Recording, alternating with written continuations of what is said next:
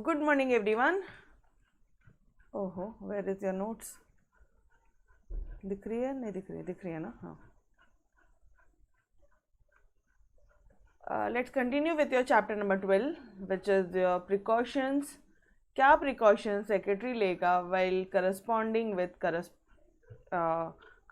With statutory authorities. Corresponding मतलब क्या होता है? कम्युनिकेशंस। ठीक है, अब एक बार वापस से आ जाओ।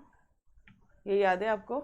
ये पूरा आंसर मैंने, ये तीनों क्वेश्चन रिपीटेड है, एग्जैक्टली सेम दिखता है, बट यहाँ पे ये पॉइंट्स कंटिन्यूसली आने चाहिए कि जब एक कंपनी सेक्रेटरी डायरेक्टर से बात करता है, डायरेक्टर से कम्युनिकेट करता है, तो उसका खुद का इनिशिएटिव होना चाहिए। ऑब्वियसली वो कंपनी का सेक्रेटरी है तो वो अपने भी इनिशिएटिव वहाँ पे डालेगा।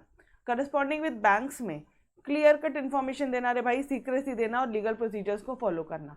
और करस्पॉन्डिंग विद स्टैट्यूटरी ऑडिटर्स में आप क्या बोलोगे? लीगल एस्पेक्ट बोल दोगे, बस दैट्स इट।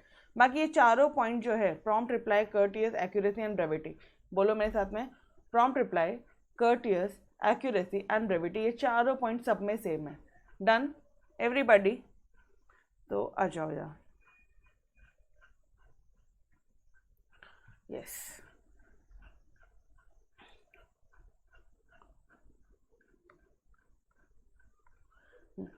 तो डियर प्रॉम्प्ट रिप्लाई में आप क्या बोलोगे?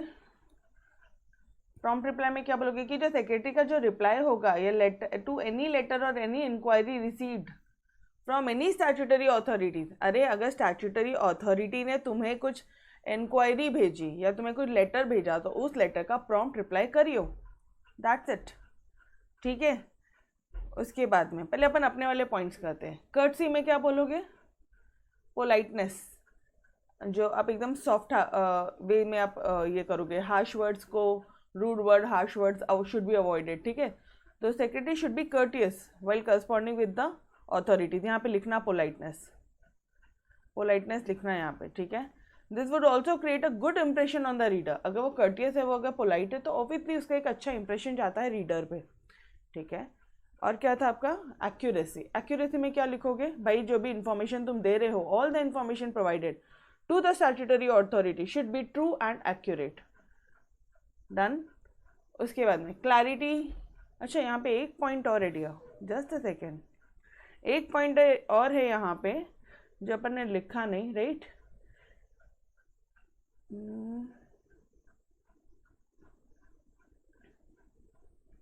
क्लैरिटी वाला भी एक पॉइंट है, यही पॉइंट यहाँ पे आगे बढ़ेगा। क्लैरिटी, ठीक है। तो यहाँ पे ये वाला चार्ट एटलीस्ट बना लो ना। क्लैरिटी में आप क्या बोलने वाले हो? क्लैरिटी में कि भाई कोई भी जो भी आप इन्फॉर्मेशन दोगे, it must be concise, it must be clear, वो एकदम प्रिसाइज होना चाहिए, एक्सप्लिसिट होना चाहिए, सिंपल मैनर में आपने उसे प्रेजेंट करना है, एकदम क्लियर कट वे में होना चाहिए। ब्रेविटी, ब्रेविटी मतलब brief, short and brief, concise and brief, right?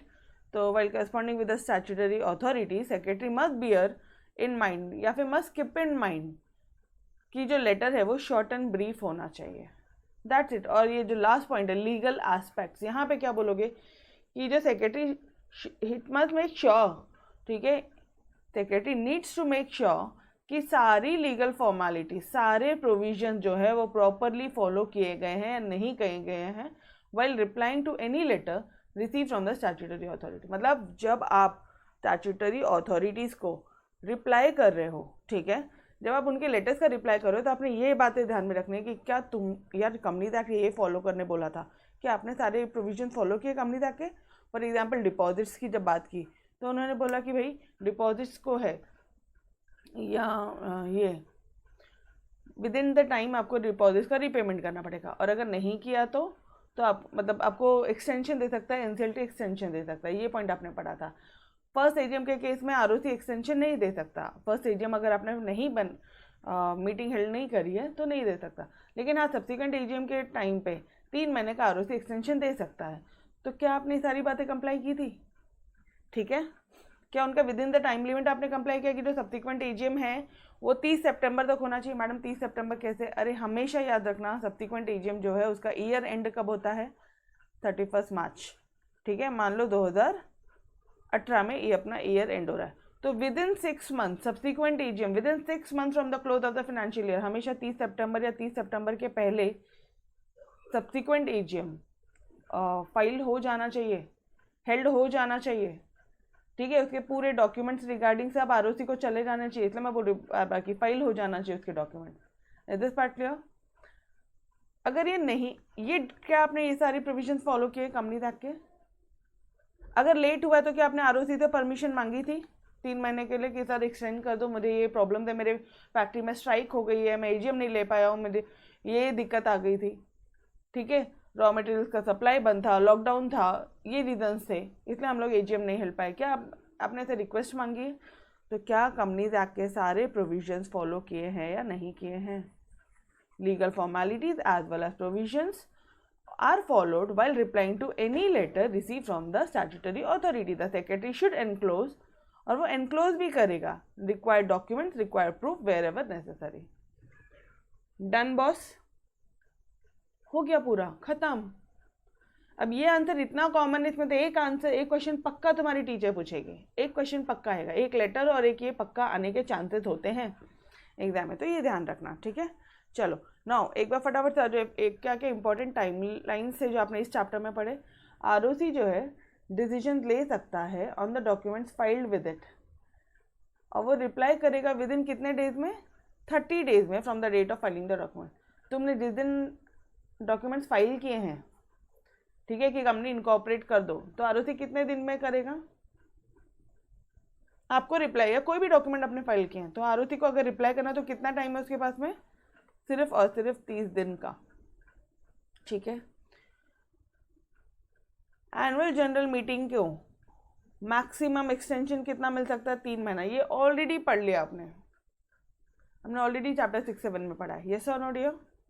Now NCLT has to dispose of every application, और जो एनसीएलटी है अगर उसके पास में कोई एप्लीकेशन गई तो उसके पास में सिर्फ और सिर्फ 3 महीने का टाइम है, उसको डिस्पोज करना ही पड़ेगा, उसको फाइनलाइज करना ही पड़ेगा, डिसीजन लेना ही पड़ेगा 3 महीने के अंदर अंदर। Am I clear? Any person जो एग्रीव्ड है एनसीएलटी से, वो नेक्लैट के पास कितने दिन में जाएगा? Within 45 days. और कोई भी बंदा जो एग्रीव्ड है नेक्लैट से, एग्रीव मतलब जो क्या बोलोगे आप, हर्ट पार्टी, जो पार्टी के फेवर में डिसीजन नहीं हुआ है, वो हो जाएगा तुम्हारा अग्रीव पार्टी, ठीक है।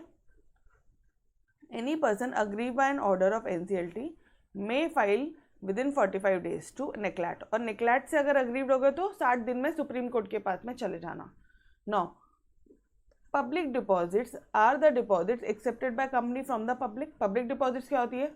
ये वो डिपॉजिट्स है जो आप एक्सेप्ट करते हो, पब्लिक से पैसा एक्सेप्ट करते हो, पब्लिक से डिपॉजिट्स एक्सेप्ट करते हो for a period of maximum 3 years, यहाँ 3 years नहीं दिया, मैक्सिमम 36 months बोला है, मैक्सिमम 3 साल के लिए तुम पैसा एक्सेप्ट कर सकते हो, उसके ऊपर नहीं।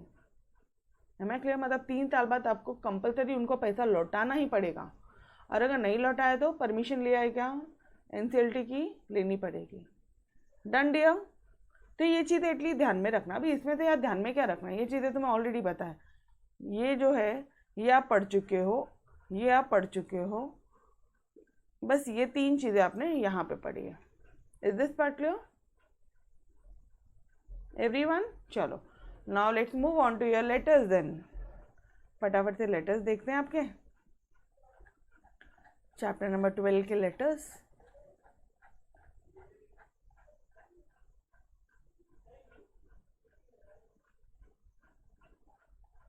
देखो सारे पॉइंट्स अपन ने कवर किया, सारे पॉइंट्स अपन ने कवर किया। Powers of ROC, NCLT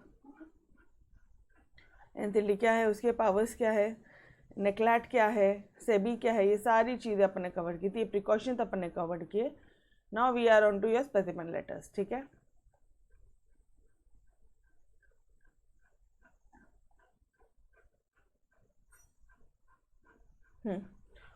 first letter बोलता है कि करस्पॉन्डेंस करो आरओसी के साथ में for the extension of time for holding N AGM, कि एनुअल जनरल मीटिंग हम लोग होल्ड नहीं कर पाए हैं, ठीक है, ड्यू टू सम रीजंस, तो प्लीज़ आप ये जो टाइम है वो बढ़ा दो।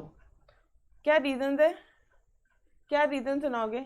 कि सर सारे डायरेक्टर्स ना ट्रैवल कर रहे हैं तो वो लोग मीटिंग अटेंड नहीं कर सकते। स्ट्राइक हो गई एम्प्लॉयज़ ने स्ट्राइक कर दिए सर, इनकम टैक्स डिपार्टमेंट की रेड पड़ गई है, जो फिनेंशियल स्टेटमेंट्स है वो अभी तक अप्रूव नहीं हुए हैं, वो ऑडिट नहीं हुए हैं, ठीक है, ड्यू टू नेचुरल कैलामिटी और loss of the financial data.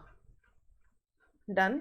ये सारे रीजन हो सकते हैं कि आप रिक्वेस्ट कर सकते हो, किनको रिक्वेस्ट कर सकते हो आप, आरओसी को, कि जो एनुअल जनरल मीटिंग है उसको प्लीज़ थोड़ा सा एक्सटेंशन दीजिए हमें, ठीक है। मतलब जो मीटिंग 30 सितंबर को होने वाली थी 31 मार्च, इसके with in 6 months from the close of the financial year हमेशा 30 सितंबर आएगा। तो हमेशा जो सब्सिक्वेंट एजीएम है, पहला एजीएम में कोई एक्सटेंशन नहीं है, ऑलरेडी तुम्हें 9 महीना दिया है, बहुत टाइम दिया है। सब्सिक्वेंट जो एजीएम है it must be held on और बिफोर, कब हेल्ड होनी चाहिए, ऑन और बिफोर 30 सितंबर। 30 सितंबर के पहले 30 तुम्हारी जो एजीएम है वो हेल्ड हो जानी चाहिए थी, यस और नो, होनी चाहिए थी, बट नहीं हो पा रही है। क्यों? ड्यू टू दिस रीजन्स, क्योंकि ये डायरेक्टर स्ट्राइक्स पे चले गए हैं, या फिर ये डायरेक्टर ट्रैवल कर रहे हैं, एम्प्लॉय स्ट्राइक पे चले गए हैं, इनकम टैक्स डिपार्टमेंट ने रेड मार दी है, या फिर जो अभी तक एनुअल अकाउंट है वो अप्रूव नहीं है वो है। अब यार मैम एजीएम है तो एनुअल अकाउंट का क्या काम है? क्यों भाई, तुम एनुअल जनरल मीटिंग साल में एक बार तुम मीटिंग ले रहे हो, ठीक है, 30 सितंबर तक तो ऑडिट की भी डेट हो जाती है, तो अभी तक तुम्हारे अकाउंट्स ऑडिट नहीं हुए, अभी तक तुम्हारे लास्ट ईयर के ऑडिट नहीं हुए हैं यार, हाइट है। अरे अब ये 30 सितंबर, ये अगर 2018 है, ठीक है, तो तुम यहाँ पे जो पूरा फाइनेंशियल ईयर था तुम्हारा 31 मार्च 17 का, ये एनुअल अकाउंट जो है, ठीक है, 1 अप्रैल 16 से 31 मार्च 17 का, ये जो पूरे साल का एनुअल अकाउंट है, मतलब पिछले साल का एनुअल अकाउंट अभी तक बना नहीं है और ऑडिट नहीं हुआ है। समझ में आ रहा है? यस और नो? चलो आ जाओ, अब लेटर देखो, ठीक है, ये मैंने आपको लॉजिक बताया कि क्या क्या आप रीजन यहाँ पे ठोक सकते हो। नाउ लेटर टू आरओसी को लेटर देना है for seeking extension of time to hold AGM, कि टाइम का प्लीज़ एक्सटेंशन करिए, हमारे पास में हम लोग एजीएम होल्ड नहीं कर पाए 30 सितंबर तक। यहाँ तक का तो पूरा किस्सा सेम है, सवाल ही नहीं उठता। Now extension of time for holding 8th annual general meeting, हमारी 8वीं एनुअल जनरल मीटिंग है और हमें इसके लिए आपसे एक्सटेंशन चाहिए, ठीक है। डियर सर या रिस्पेक्टेड सर, ठीक है, द कंपनीज एक्ट 2013 जिसमें सेक्शन 96 है, मत करो, होता है तो करो, नहीं होता है मत करो, no need. The companies act 2016 it provides that every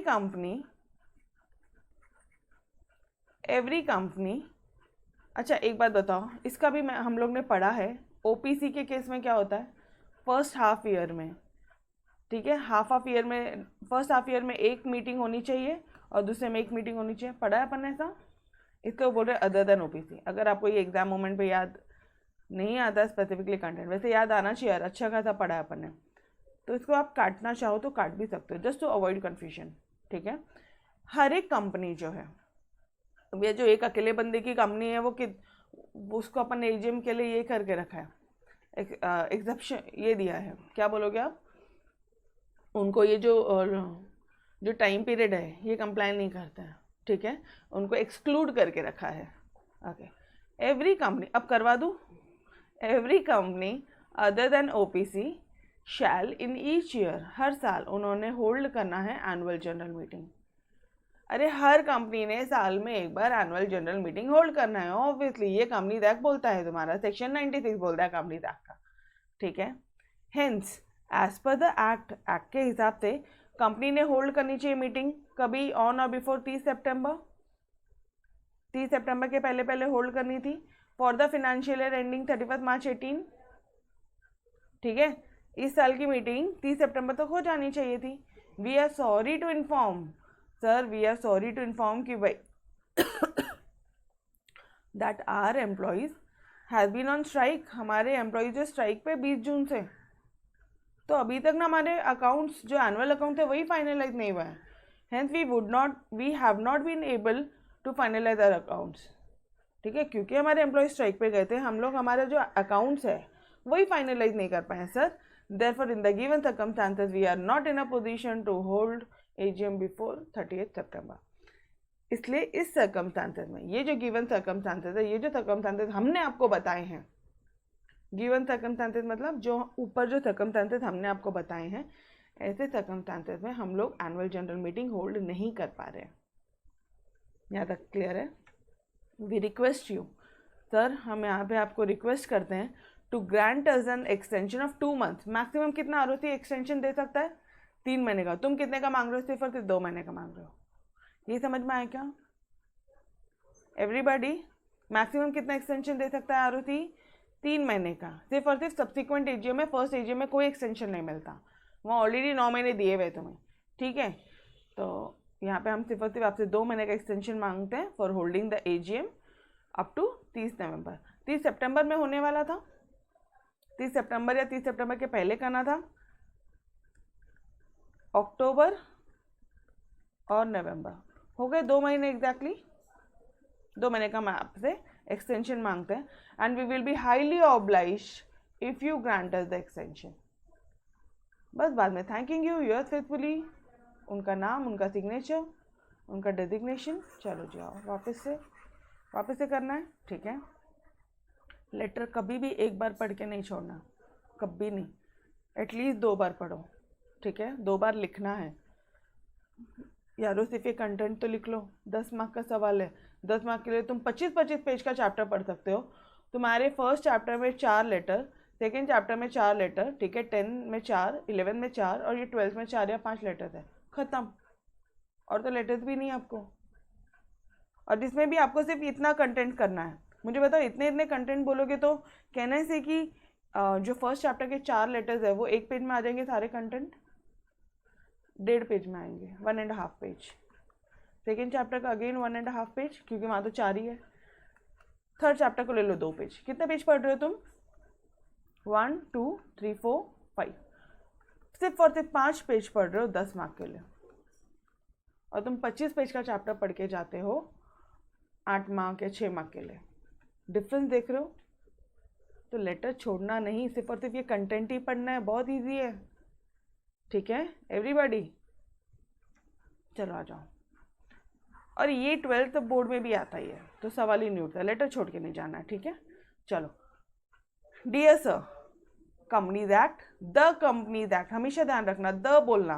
companies act जहाँ पे भी आएगा ना वहाँ पे द लगाइयो, ठीक है। द सेंट्रल गवर्नमेंट, इनको इज्जत देना। The companies act 2013 section 96 provides कि भाई एवरी कंपनी, हर एक कंपनी साल में एक बार एनुअल जनरल मीटिंग को होल्ड करेगी, और कंपनीज एक्ट के हिसाब से hence as per the act हमारी कंपनी ने कब होल्ड करना चाहिए? 30 सितंबर या उसके पहले करना चाहिए। But sir we are sorry to inform you कि दैट जो हमारे एम्प्लॉयज है वो स्ट्राइक पे गए हैं 20 जून से या कितने भी महीने से, जिसके कारण हमारा जो एनुअल अकाउंट है वो अभी तक फाइनलाइज नहीं हो पाया है। तो therefore in the given situations, in the given circumstances, we are not in a position to hold annual general meeting before 30 सितंबर, ठीक है। we therefore, इसके कारण हम we therefore request you to grant us extension of 2 months for holding the AGM up to 30 November 2018, and we will be highly obliged if you grant us the extension. Done everybody? Yes Rucha, चलेगा, समझ में आया ना? Okay. Now next letter क्या बोलता है? Letter to MCA, काय के लिए? For ticket raising and other service related to technical complaint. अभी टिकट रेजिंग क्या होती है? टिकट रेजिंग कुछ नहीं होती है डियर। टिकट रेजिंग मतलब होता है कि जब तुम्हें डिफ़िकल्टी होती है ना, कुछ डिफ़िकल्टी आ जाती है, कुछ आपको कंप्लेन करना है, डिफ़िकल्टी करनी है, डिफ़िकल्टी या फिर कंप्लेंट्स डालना है आपको, तो वहाँ पे एक टिकट नंबर वो लोग जनरेट करते हैं, ठीक है। फॉर एग्जांपल MCA की वेबसाइट पे आपको रिटर्न्स को अपलोड करना है, ठीक है। आप अपलोड करने की कोशिश करो, वो हो ही नहीं रहा है। वो बार बार बोल रहे हैं कि वो जो फाइल है वो एरर है यार, ठीक है। वो बोल रहा है कि भाई सिस्टम एरर है या कुछ, उसने वो एरर बता रहा है बार बार, सर ये फाइल ही नहीं जनरेट हो रही है, अपलोड भी नहीं हो रही है। हमने हमारे इनसे सारी चीज़ें कर ली, फिर भी नहीं हो रहा है, तो फिर आप ऐसे केस में क्या करोगे, टिकट रेस करोगे, कंप्लेंट रेस करोगे। टिकट रेसिंग मतलब कंप्लेंट रेस करना। Is this point clear? ये टेक्निकल कंप्लेंट तो स्पेसिफिकली समझता है, टिकट रेसिंग भी समझा आपको एवरीबॉडी? चलो वापस से पूरा किस्सा सेम है, ठीक है, कंपनीज, उनका रेफरेंस नंबर। नाउ स्टार्ट करूँ मैं नेक्स्ट वाला, स्टार्ट करूँ dear. Difficulty in downloading, downloading बोल दो या अपलोडिंग बोल दो, कुछ भी चलेगा, ठीक है। Difficulty in downloading the E form, E form sir हमें भरना था लेकिन वो डाउनलोड ही नहीं हो रहे हैं, ठीक है। Dear sir, company needs to file the form SH7, ठीक है, टू इंटीमेट ROC। SH मतलब क्या होता है, शेयर कैपिटल से रिलेटेड फॉर्म होगा ये, इतना ध्यान करना रखना, शेयर कैपिटल से रिलेटेड ये फॉर्म्स होगा। और ये SS7 किसका फॉर्म है, अगर शेयर कैपिटल में तुम्हें कुछ चेंजेस करने हैं ना, ये उसका फॉर्म है। तो ये बस फॉर्म नंबर ध्यान रखना कि शेयर कैपिटल में चेंजेस के लिए तुम्हारा SH7 का फॉर्म है। Done everybody? तो dear sir, company needs to file form SH7 to intimate ROC about the alteration made in our share capital. Getting me? Company को SH7 फाइल करना है, क्यों?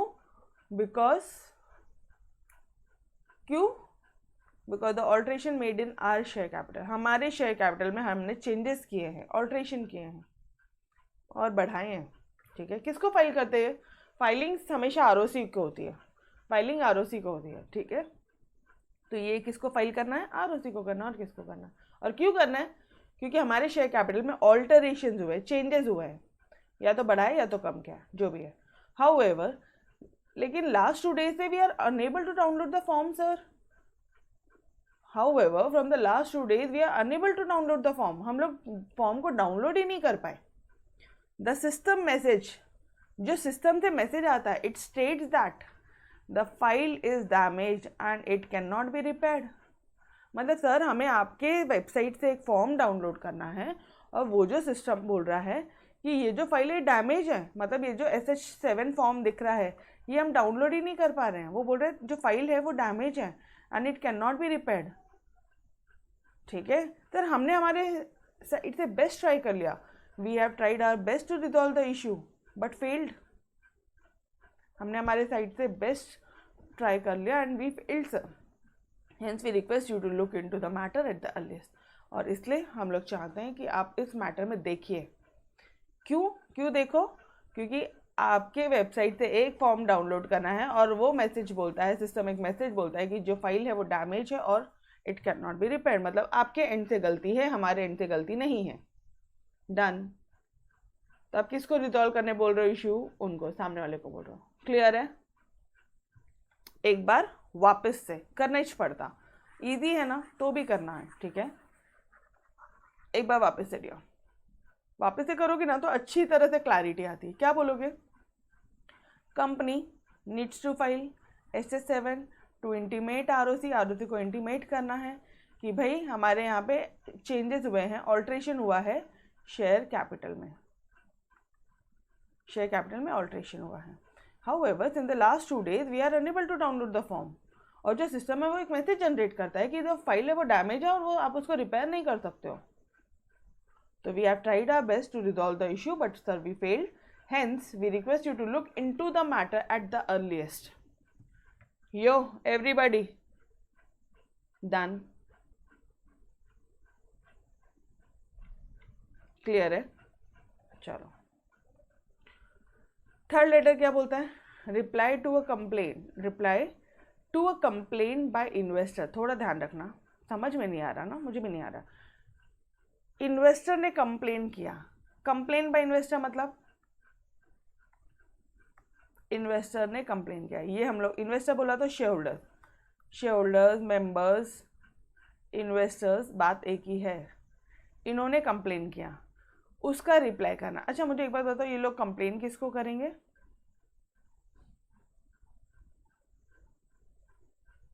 कौन रिप्लाई कर रहा है? किसको कंप्लेन होगा? मैम ये सारी चीज़ें क्वेश्चन में बताया जाएगा, हाँ जी, पूरा एक अच्छी तरह से ड्राफ्ट आएगा, बट अकॉर्डिंग टू मी आप उनके भरोसे रहो ही मत। आपने करना क्या है पता है?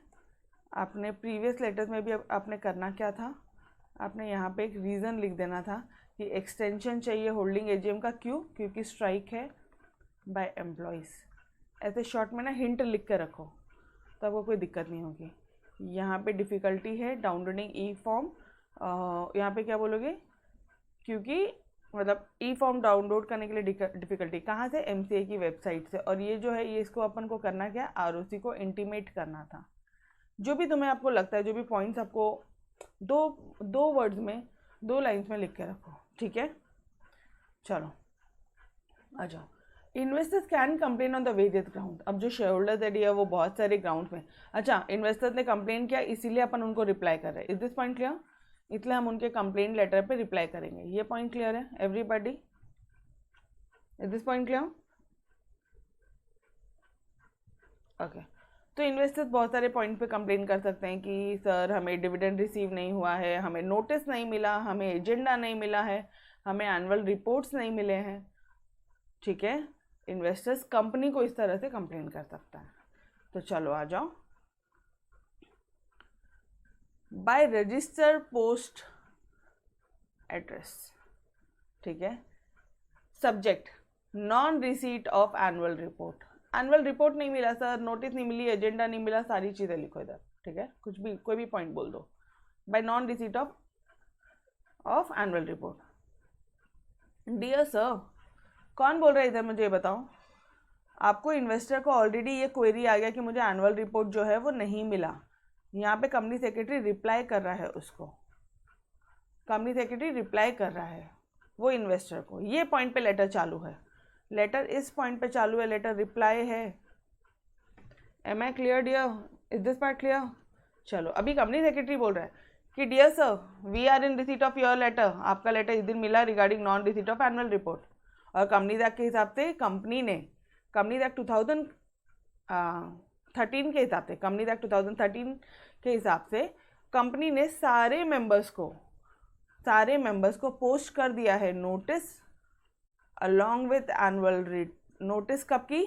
8th एनुअल जनरल मीटिंग की, along with annual report well in advance as per the address registered with the company, या as per the address on record in the register of members. वो एड्रेस जो आपने हमारे पास में register करवाया है, या वो एड्रेस जो आपने हमारे रिकॉर्ड में, हमारे रजिस्टर ऑफ मेंबर्स के रिकॉर्ड पे मेंशन है। कंपनी ने ऑलरेडी आपको एनुअल रिपोर्ट और जो नोटिस था वो भेज दिया। Is this part clear? Notice किसकी? 8th एनुअल जनरल मीटिंग की, और उससे रिलेटेड एनुअल रिपोर्ट भी भेज दिया है। It is unfortunate that you have not received the notice and annual report, ठीक है? Hence, we are once again sending you the same to the address mentioned in your letter. देखो उन्होंने हो सकता है कि एड्रेस पहले दूसरा दिया होगा और अभी उनका एड्रेस चेंज हो गया होगा, तो हम लोग एक बार वापस से भेज रहे हैं हम, sir hence we once again sending you the same, once again we are sending you the same मतलब वापस से वही नोटिस और एनुअल रिपोर्ट, ठीक है?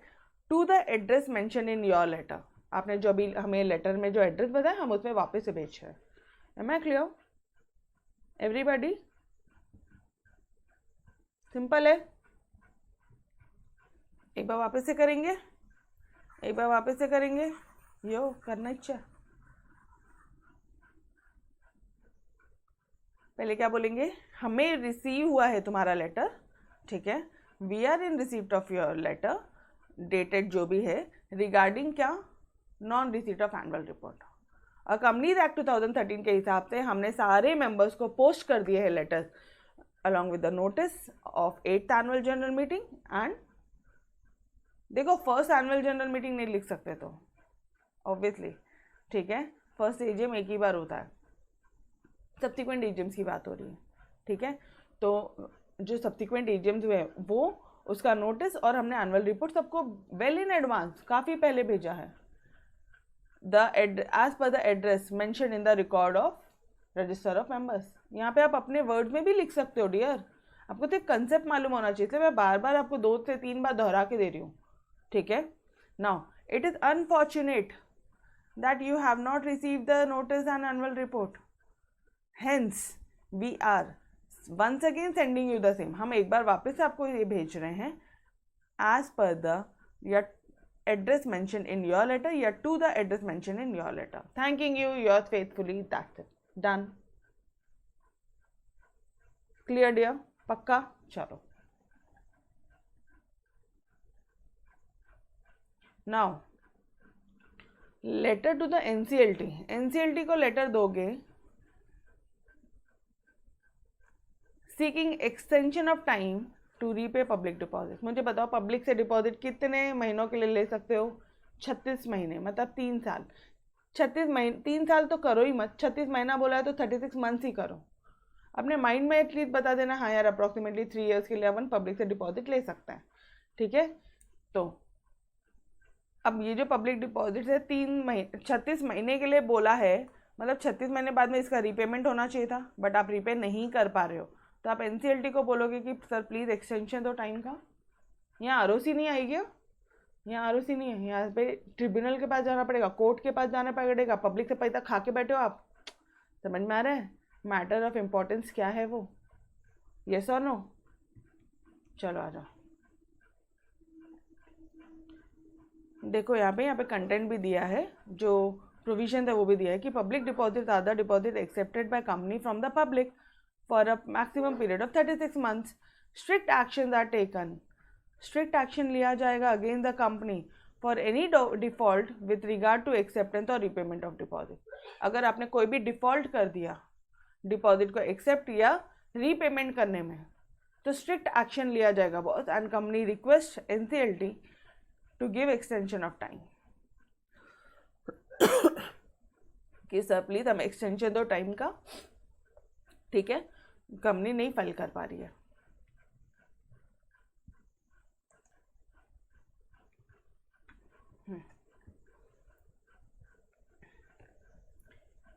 फोर्थ लेटर चालू है. राइट, कितने लेटर बचे हैं? Last letter. गाइस एक बार वापस से बोल दूं, सिर्फ और सिर्फ 4 लेटर है लास्ट 3 चैप्टर में, which will give you 8 to 10 marks. अपन ज़्यादा का पकड़ के चलते हैं बिकॉज इस चैप्टर से एक क्वेश्चन और आएगा प्रिकॉशंस वाला, जो प्रिकॉशंस आपकी मैम ने बहुत अच्छे से किया. तो ये जो चैप्टर्स के वेटेज है 10 से 12 मार्क के होते हैं. ठीक है. एक लेटर एक प्रिकॉशन देंगे ही देंगे, वो सवाल ही नहीं होता, क्योंकि टीचर्स को पता है कि तुम कन्फ्यूज होंगे. ठीक है. बट उसका अपन ने चार्ट अच्छे से बना लिया. नाउ मुझे बताओ इस ये जो 4 लेटर है, एक पेज है, उसका मैं आपको से बोल रही हूँ कंटेंट लिख लेना. Heading content, heading content, heading content. तो अगर आप शॉर्ट में लिखते हो तो 3 लेटर एक पेज में आएंगे, 3 लेटर्स आ जाएंगे एक पेज में. टोटल 12 है, तो 3 4 द 12, टोटल 4 पेजेस लगेंगे सिर्फ और सिर्फ ये 4 पेजेस पढ़ने का, और आपको 10 से 12 मार्क मिल रहा है. तो अगेन सेइंग, अलग पर्सपेक्टिव से कोई भी चीज़ पढ़ो. ऐसे मत बोलो कि लेटर्स लेंदी है या डेंजर है, बल्कि इट्स वेरी इजी. ठीक है. और हर एक के पीछे ना ऊपर लॉजिक शॉर्ट में लिख के रखो कि क्या रीज़न है. ठीक है. अभी यहाँ पे आप क्या बोलोगे मुझे बताना. आप एनसीएलटी को बोल रहे हो कि मुझे टाइम चाहिए सर, मैं अभी पेमेंट नहीं कर पा रहा हूँ. क्यों नहीं कर पा रहे होंगे? क्यों नहीं दे रहे हो? 36 महीना हो गया है, क्यों पेमेंट नहीं कर पा रहे हो? क्योंकि पैसे नहीं है. सीधी सी बात है. और क्या लॉजिक होगा? फाइनेंशियल क्रंच है, फाइनेंशियल डिफिकल्टीज है boss. Is this part clear everybody? पक्का? चलो आ जाओ. Extension of time to repay public deposit. ठीक है. हमें टाइम में एक्सटेंशन चाहिए कि हम लोग पब्लिक डिपॉजिट का रीपेमेंट करें. Now dear sir, company had accepted public deposit. Company ने, पहले तो आपको सब बताना पड़ेगा कि कितना डिपॉजिट एक्सेप्ट किया है, क्या था. ठीक है. और कब किया था, कितने टाइम, कब ड्यू हो रहा है, कब रिपेमेंट करना था. फिर बताओगे क्या रीजंस था. तो चलो आ जाओ. फर्स्ट पैराग्राफ हमेशा इंट्रोडक्टरी पैराग्राफ होता है, फिर मेन, फिर कंक्लूडिंग पैराग्राफ कि सर टाइम लिमिट एक्सटेंड करिए. यस और नो? लेआउट याद है? ठीक है. चलो. Dear sir, company had accepted public deposit worth ₹10 lakh. कंपनी ने पब्लिक डिपॉजिट एक्सेप्ट करी है 10 लाख रुपए की on 1 January 2017 for a period of 2 years. 2 साल के लिए करी थी. मैम 3 साल ज़रूरी है क्या 3 साल के लिए करें? मैक्सिमम 3 साल बोला है, मैक्सिमम 36 महीने बोला था ऊपर, लेकिन हमने 2 साल के लिए पैसा मंगाया, मैक्सिमम 24 मंथ्स के लिए हमने मंगाया पैसा। चलेगा, बिल्कुल चलेगा। The deposit are to be repaid on, इसके बाद 2 साल करो, 2 साल बताना मुझे। दिसंबर 18 कैसे? 1 जनवरी 17 से 1 दिसंबर 17 और 1 जनवरी 18 से 31 दिसंबर 18, यस और नो, हो गए 2 साल, यस और नो डियर? ठीक है, अभी इस डेट में भी कंफ्यूजन होता है ईयर्स में। अरे वो जनवरी से शुरू किया तो जनवरी दिसंबर वाला पेयर लोगे ना आप, अप्रैल मार्च वाला नहीं लोगे, ठीक है। However the company is facing severe financial problems, company को बहुत सीवियर फाइनेंशियल प्रॉब्लम चल रही है, जिसके कारण company is unable to repay the deposit on the above mention date, और इसके लिए बोर्ड मीटिंग बुलाई गई थी। The board held the meeting on 29 September, ठीक है, एंड पास द रिजोल्यूशन, और उन्होंने एक रिजोल्यूशन पास किया कि भाई हम एनसीएलटी के पास में जाके एक्सटेंशन लेकर आए। Done. For seeking extension from NCLT. Ma'am यहाँ पे बोर्ड मीटिंग कहाँ से आया? अरे डियर, तुम सामने वालों को पैसा नहीं दे पा रहे हो, आपको एनसीएलटी से जाके परमिशन लेनी है, तुम खुद अकेले director, being a single director, आप अकेले डिसाइड कर लो कि पूरे कंपनी के बिहाफ में, पूरे पब्लिक डिपॉजिट्स के, पूरे इन्वेस्टर्स के हिसाब से, बाकी डायरेक्टर से नहीं पूछोगे? पूछना पड़ेगा। तो कहाँ पूछोगे? बोर्ड मीटिंग कंडक्ट होगी। कभी होगी वो डेट लिखेंगे, वहाँ पे क्या होने वाला है? रिजोल्यूशन पास होगा। ऑब्वियसली बोर्ड मीटिंग में बोर्ड रिजोल्यूशन पास होगा। फॉर सीकिंग चाहिए extension from the NCLT for a period of 2 month, सिर्फ 2 महीने के लिए चाहिए ताकि हम रिपे कर दे deposit. Therefore we wish to seek an extension of 2 months to repay इट। Copy of the petition is attach in 2 sets, हमने पेटिशन की कॉपी भी अटैच कर दी है। We assure you that company will repay, और सर हम आपको अश्योरेंस देते हैं, वी अश्योर यू कि company will repay the deposit on और बिफोर 28 फरवरी 2019। अभी तुम्हारा कब तक होना था पेमेंट? दिसंबर तक, तुम फरवरी तक बोल रहे हो। फरवरी, नेक्स्ट ईयर फरवरी, मतलब दिसंबर के बाद में 19 लगेगा, 1 जनवरी 31 जनवरी 19 एंड 28 फेब, 28 टू 29 जो भी ईयर है वो, ठीक है, 28 फेब 19। तो 2 महीने के अंदर अंदर हम लोग आपको रीपे कर देंगे। Is this part clear dear? पक्का? पब्लिक डिपॉजिट का रीपेमेंट करना किससे लोगे आप? एनसीएलटी से परमिशन लोगे, ठीक है। उसके लिए बोर्ड रिजोल्यूशन पास करना, अकेले डिसाइड मत कर लेना कि नहीं नहीं। चलो आओ वापस से, अभी डेट्स वगैरह सब समझ गई? यस, डेट्स वगैरह सब समझ गई। अभी मैं मिटा दूँ, अब जाते हैं कंटेंट की तरफ वापस से। Extension of time to repay the public deposits. Company द हमेशा लगा रहा कंपनी के पास। The company had accepted public deposit worth rupees 10 lakh, 10 lakh का हमने एक्सेप्ट किया था ये डेट पे, for a period of 2 years, for a period of 24 months, 24 month लिखो टू बी मोर एक्यूरेट, ठीक है। The deposits are to be repaid on this date, 2 साल बाद में डिपॉजिट को रीपे करना था। हाउएवर एज द कंपनी, क्योंकि हमारी company is facing severe financial difficulties या company is facing the financial crunch, company is unable to repay the deposits on the above mentioned date। हम above mentioned date पे sir deposit नहीं repay कर सकते, तो जो बोर्ड है, the board held a meeting, board ने एक मीटिंग, डायरेक्टली मत बोलना बोर्ड मीटिंग हेल्ड कर दी, the board held a meeting, the board held a meeting on this date for काय के लिए, and pass the resolution for seeking the extension for NCLT, ठीक है। एक्सटेंशन फ्रॉम एनसीएलटी, हमें एनसीएलटी से extension चाहिए for a period of 2 months, सिर्फ 2 महीने के लिए चाहिए था, ठीक है। Therefore we wish to seek an extension of 2 months and we assure you that company will repay the deposit on और बिफोर दिस डेट। 2 महीने में हम आपको अश्योरेंस देते हैं कि ये तारीख के पहले तक ऑन और बिफोर कंपनी पैसा दे देगी। Thank you yours faithfully. अब क्या क्या दोगे यहाँ पे? बोर्ड मीटिंग पास हुई तो board resolution, yes board resolution, board meeting में बोर्ड रिजोल्यूशन पास हुआ होगा, बोर्ड रिजोल्यूशन की copy, petition and challan for the fees. अभी एनसीएलटी को दे रहे हो, ट्रिब्यूनल को दे रहे हो, तो कुछ पैसा देना पड़ेगा। वो जो फीस है तुम चलान का कॉपी दोगे। चलान क्या होता है, उसमें प्रूफ होता है कि भाई इतना पेमेंट अपन ने कर दिया। चलान फाइल करना होता है, ठीक है, चलान भरना होता है, ऐसे बोलते हैं अपन। डन डियर, फीस पेमेंट का प्रूफ है, इतना समझो आप। Clear everybody? Yo, so that's it guys, here we had finished your entire chapter number 12। ठीक है, चलो सारे लेटर्स पूरा का पूरा चैप्टर अपन ने फिनिश किया, पूरी बुक फिनिश कर ली। अभी इसके बाद मुझे आपसे एक ही चीज़ बोलनी है कि एसपी सब्जेक्ट ऐसा है जिसको जितना शॉर्ट में पढ़ोगे वो इतना इजी है, जितने नंबर ऑफ टाइम्स रिकॉल करोगे। ये subject number of times revision मांगता। 11th एंड 12th का इकोनॉमिक्स ईजी है as compare to me. SP एक नया आया है, बट ये अभी इतना आपको नॉलेज आ गया कि अब तुम्हें 12th में कोई दिक्कत नहीं आएगी, ये गारंटी है। ठीक है, अब तुम्हें 12th में, लेकिन यार यहाँ पे जो डेट्स होती है, ये 3 महीना 36 महीना, ठीक है, आरओसी रिप्लाई करेगा 30 दिन के अंदर अंदर, कोई भी डॉक्यूमेंट्स आरओसी को भरना है तो 30 दिन के अंदर अंदर, ये जो भी सारी चीज़ें थी, या ना आप एक पेज लो, ठीक है, उसमें चैप्टर नंबर 1 में जो भी डेट्स है, जो भी facts and figures, months, days जो भी है, फिर चैप्टर 2 में, चैप्टर 3 में, चैप्टर 4, चैप्टर 5, इस तरह से पूरी बुक में जो भी डेज है वो लिख के रखो और उसको बस एकदम फास्ट ट्रैक मोड पे रिवाइज करना। ठीक है, तो टिप्स और टेक्निक्स थोड़ी सी फॉलो करो। ये सब्जेक्ट को बहुत टेक्निकल वे में पढ़ो, बिकॉज ये सब्जेक्ट जिंदगी भर आपका पीछा नहीं छोड़ेगा। कंपनीज एक्ट पीछा नहीं छोड़ेगा बॉस। ठीक है, ये पूरा कंपनीज एक्ट ही है।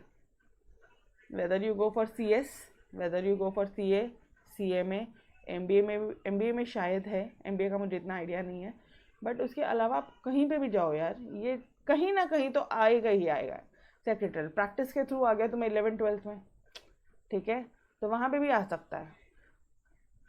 So yes, wish you all the best for your exam. Thank you so much dear, thank you so much. Yes, bye everybody, take care, bye bye. And yes, इसके बाद में भी कोई भी डाउट्स होता है, do I am available on the below mention number 8286774613। ये मेरा मोबाइल नंबर है, आपके लिए मैं हमेशा अवेलेबल हूँ। ठीक है, okay, yes, bye everyone, take care, bye bye.